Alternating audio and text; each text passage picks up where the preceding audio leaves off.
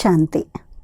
ఈరోజు 9/3/26 మార్చ్ 9వ తేదీ బాబా యొక్క సాకార రూపంలోని మధురమైన మహావాక్యాల్ని విందాము. మధురమైన పిల్లలు, సర్వుల కళ్యాణం చేయడం తండ్రి పాత్ర. అలా బాబా సమానంగా కళ్యాణకారులుగా అవ్వండి. స్వకళ్యాణము మరియు సర్వుల కళ్యాణాన్ని చేయండి. సర్వుల కళ్యాణం చేయడం తండ్రి పాత్ర. అలా బాబా సమానంగా కళ్యాణకారులుగా అవ్వండి. స్వకళ్యాణము మరియు సర్వుల కళ్యాణం చేయండి. ఈరోజు ప్రశ్న: పిల్లల ఏ ఒక్క విశేషతను చూసి బాప్దాదా చాలా సంతోషిస్తారు? ఏ విశేషత? జవాబు: పేద పిల్లలు బాబా యజ్ఞంలో ₹1/2 పంపిస్తూ ఉంటారు. బాబా, దీనికి బదులుగా మాకు మెహల్ ఇవ్వండి అని అడుగుతారు.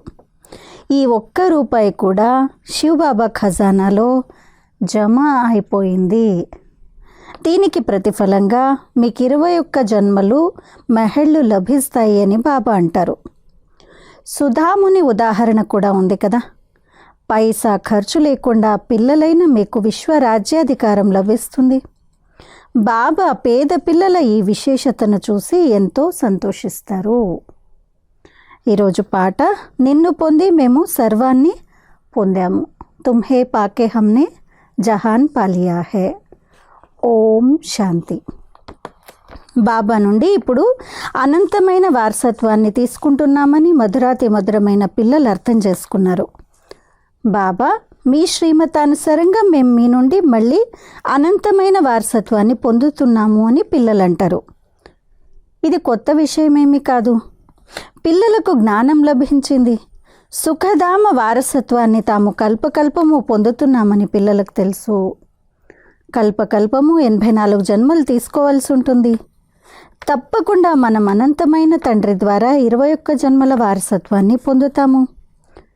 మళ్ళీ మెల్లమెల్లగా దాన్ని పోగొట్టుకుంటాము. ఇది అనాదిగా రచింపబడిన ఒక ఆట అని బాబా అర్థం చేయించారు. పిల్లలైన మీకు మంచి పాలన లభిస్తుంది.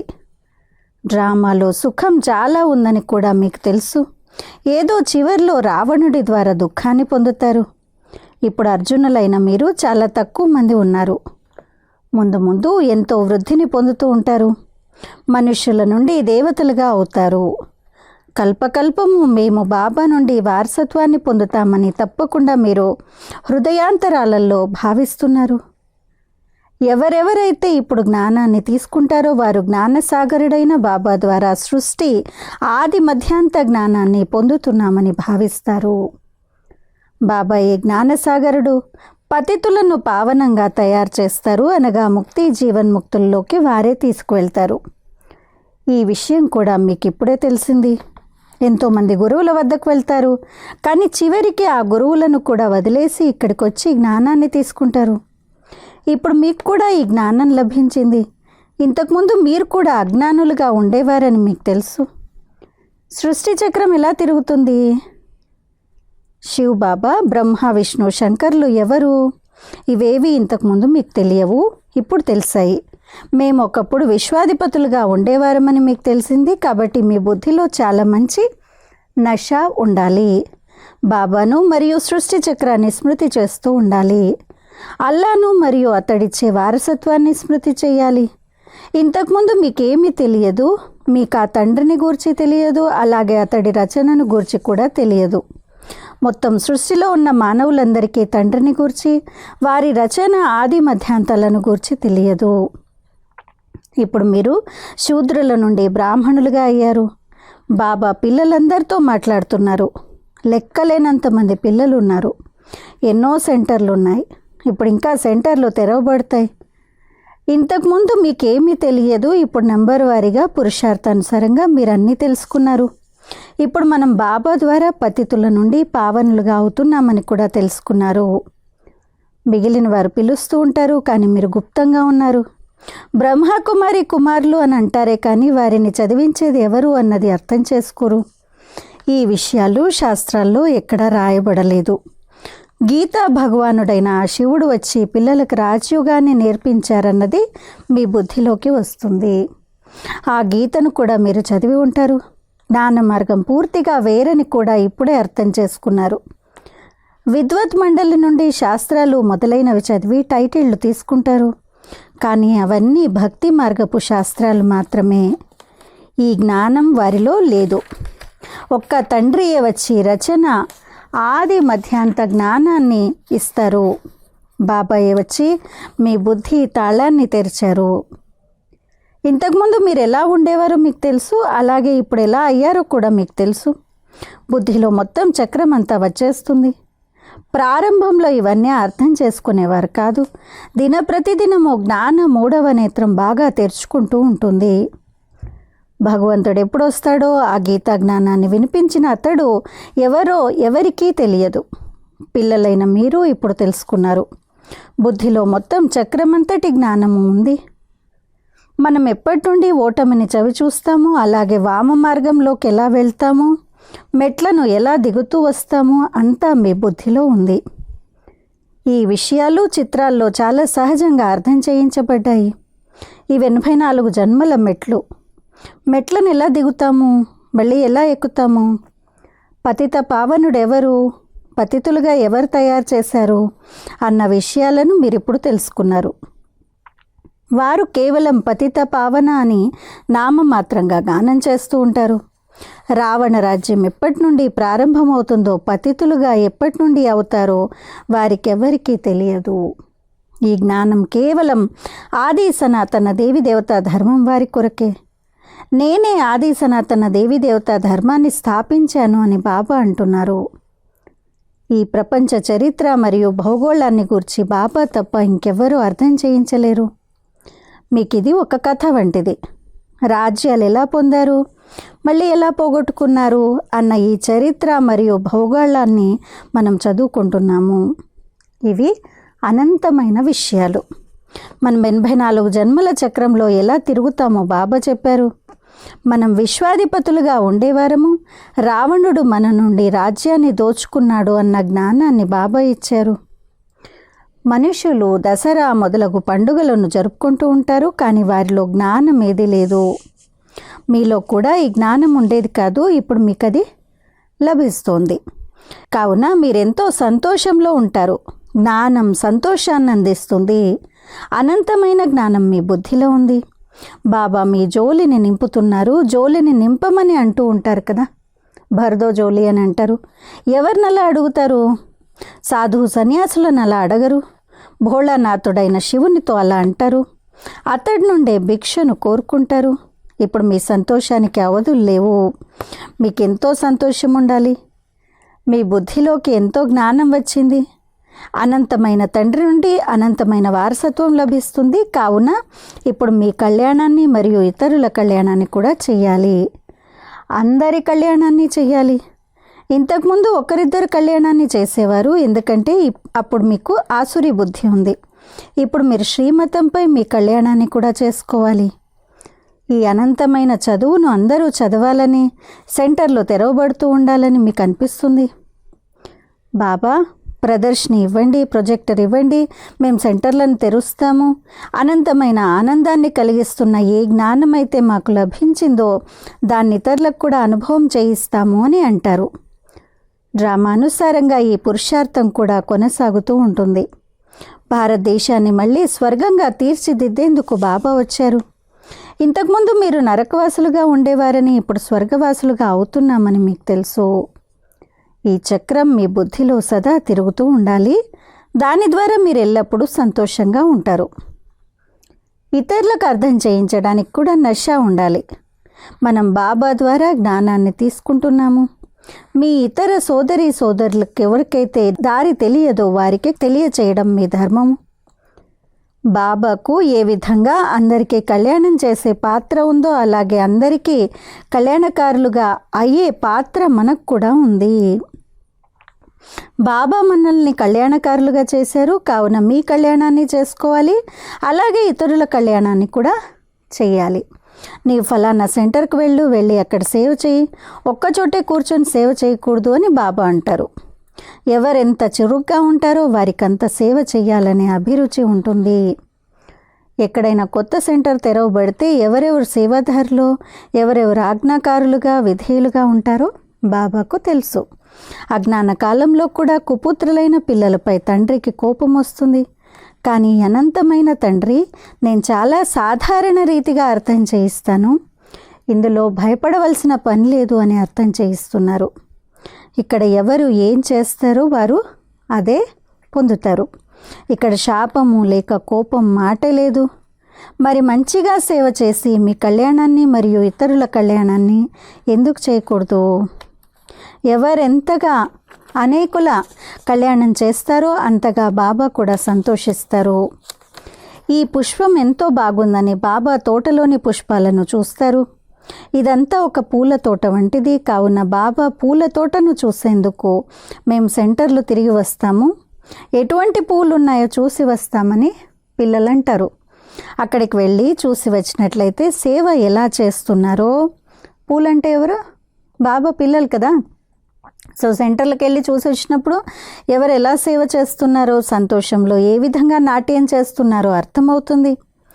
బాబా ఫలానా వ్యక్తికి మేము ఈ విధంగా అర్థం చేయించాము అని బాబాకు కూడా వచ్చి చెప్తారు. ఈరోజు నా పతిని, సోదరుణ్ణి కూడా తీసుకువచ్చాను, బాబా వచ్చి ఏ విధంగా వజ్రతుల్య జీవితాన్ని తయారు చేస్తున్నారో వారికి అర్థం చేయించాను అని చెప్తారు. వారు విన్నారు కాబట్టి వారు చూడాలనుకుంటారు. పిల్లలకు ఉత్సాహం కలిగి వారిని తీసుకువస్తారు. ప్రపంచ చరిత్ర మరియు భూగోళాన్ని గురించి తెలుసుకోవాల్సి ఉంటుంది. భారతదేశం ఒకప్పుడు మొత్తం విశ్వమంతటికి అధిపతిగా ఉండేదని మీరు అర్థం చేసుకోగలరు. ఇప్పుడు ఎలాంటి పరిస్థితి ఏర్పడిందో చూడండి. సత్య త్రేతాయుగాల్లో ఎంతో సుఖం ఉండేది. ఇప్పుడు బాబా మళ్ళీ విశ్వానికి అధిపతులుగా తయారు చేస్తున్నారు. ఈ ప్రపంచంలో చివర్లో ఎన్నో గొడవలు కూడా జరుగుతాయని మీకు తెలుసు. ఆ యుద్ధం ఎప్పుడూ ఆగిపోదు, ఎక్కడో అక్కడ రాజుకుంటూనే ఉంటుంది. ఇప్పుడు కూడా చూస్తున్నాం కదా, యుద్ధం ఎలా జరుగుతోంది, ఎలా రాజుకుంటోంది. ఎక్కడ చూసినా గొడవలే ఉంటాయి. ఎంతో గందరగోళంగా అయిపోయింది. విదేశాల్లో ఏమేం జరుగుతున్నాయో చూడండి. ఈరోజు జరిగినట్టు బాబా చెప్తున్నారు. ఎన్నేళ్ల క్రితము 69కి ముందే ఇలా చెప్తున్నారు చూడండి. తామేం చేస్తున్నారో వారికే తెలియదు. అలాగే ఎన్నో తుఫాన్లు కూడా వస్తున్నాయి, మనుషులు కూడా మరణిస్తూ ఉంటారు. ఇది ఎంతో దుఃఖమయ ప్రపంచము. ఇప్పుడు ఈ దుఃఖమయ ప్రపంచం నుండి ఇక వెళ్ళనున్నామని పిల్లలైన మీకు తెలుసు. బాబా మీకు ధైర్యాన్ని ఇస్తున్నారు. ఇది చీచీ ప్రపంచము. ఇంకొన్ని రోజుల్లో ఈ విశ్వంపై శాంతిగా రాజ్యం చేస్తాము. ఇందులో ఎంతో సంతోషం కలగాలి. ఎన్నో సెంటర్లు తెరవబడతాయి. కావున మంచి మంచి పిల్లలు అక్కడికి వెళ్ళండి అని బాబా ఉత్తరాలు రాస్తారు. ఎవరైతే బాబా హృదయంలో ఉన్నారో వారి పేర్లను కూడా బాబా వ్రాస్తారు. తద్వారా అనేకుల కళ్యాణం జరుగుతుంది. బాబా మేము బంధనాల్లో ఉన్నాము అని చాలామంది రాస్తారు. అచ్చా, సెంటర్ను తెరిచినట్లయితే అనేకులు వచ్చి వారసత్వాన్ని తీసుకుంటారు. ఇదంతా వినాశనం కానున్నదని కూడా మీకు తెలుసు. మరి దీన్ని అనేకుల కళ్యాణార్థం ఎందుకు ఉపయోగించకూడదు? డ్రామాలో వారికి అటువంటి పాత్ర ఉంది. ప్రతి ఒక్కరూ తమ తమ పాత్రను అభినయిస్తున్నారు. వారిపై జాలి కలుగుతుంది. ఇతరులను కూడా బంధన విముక్తులుగా చేయటంలో ఎంతో కొంత సహాయం చేసి వారు కూడా వారసత్వాన్ని తీసుకునేట్లు చేయాలి. బాబాకి ఎంతో చింత ఉంటుంది. అందరూ కామచితిపై కూర్చొని తగలబడిపోయారు. అంతా శ్మశాన వాటికలా అయిపోయింది. అల్లా వచ్చి శ్మశానం నుండి అందరినీ మేల్కొల్పి తనతో తీసుకువెళ్తాడని కూడా అంటారు. అల్లా ఖబర్ సే సభీకో జగాకే లే జాతే. రావణుడు ఎలా ఓడించాడో ఇప్పుడు మీరు అర్థం చేసుకున్నారు. ఇంతకుముందు మీకు అది తెలియదు. నేను రత్నాల వ్యాపారిని, లక్షాధికారిని, నాకు ఇంతకుముందు పిల్లలు ఉన్నారన్న నష ఉంటుంది కదా. కానీ ఇప్పుడు మేము పూర్తిగా పతితులుగా ఉండేవారమని అర్థం చేసుకున్నారు. పురాతన ప్రపంచంలో లక్షాధికారులు, కోటీశ్వర్లు ఎంతమంది ఉన్నా బాబా ఏమంటున్నారు? వారందరూ గవ్వ సమానమైన వారు. ఇక వారంతా పోతారు. మాయ కూడా ఎంతో ప్రబలమైంది. పిల్లలు సెంటర్లు తెరవండి, అనేకుల కళ్యాణం జరుగుతుందని బాబా అంటారు. పేదవారు త్వరగా మేల్కొంటారు, ధనవంతులు కాస్త కష్టంగా మేల్కొంటారు. వారు తమ సంతోషంలోనే నిమగ్నమై ఉంటారు. మాయ ఒక్కసారిగా వారిని తన వశం చేసుకుంది. అర్థం చేయిస్తే అర్థం చేసుకుంటారు కూడా, అయినా ఎలా వదలాలి అని అంటారు. వీరిలా అన్నీ వదిలేయవలసి ఉంటుందేమో అని భయపడతారు. మన అక్కయ్యల్ని మా లాంటి వాళ్ళని చూస్తే అనుకుంటారు కదా, వీళ్ళలాగా అన్నీ వదిలేయాలేమో అని భయపడతారు. వారి భాగ్యంలో లేకపోతే ముందుకు నడవలేరు. అలా వదలాల్సిన పని ఉందా?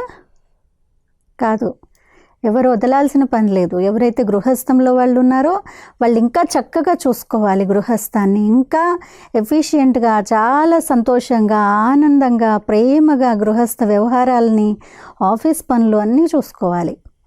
కానీ ఎవరైతే తమ జీవితాన్ని సేవకు అర్పణ చేయాలి అనేటువంటి ఒక దృఢ కోరిక, ఇచ్ఛ మనసులో ఉంటుందో అలాంటి వారి కోసం బాబా ఇలాంటి సమర్పిత జీవితాన్ని ఇచ్చారు. అంతేకాని మీరందరిలాగా గృహస్థంలో ఉండేవారు గృహస్థంలోనే ఉండాలి. సో బాబా అదే అంటున్నారు, వారి భాగ్యంలో లేకపోతే ముందుకు నడవలేరు. అసలు విముక్తులు అవ్వడమే కష్టతరం అవుతుంది. అప్పుడు తప్పకుండా ఈ ప్రపంచం చీచీ ప్రపంచమేనని వైరాగ్యం కలుగుతుంది. అయినా ఎక్కడున్న వారు అక్కడే ఉంటారు. కోటికొకరు బయటపడతారు, అంతే కదా. ఎన్ని బిలియన్స్ ఆఫ్ మిలియన్స్ ఉన్నారు జనాలు, కానీ కోటికొకరు ఎవరో బాబా పిల్లలుగా అవుతారు. బాంబేలో లెక్కలేనంతమంది వస్తారు.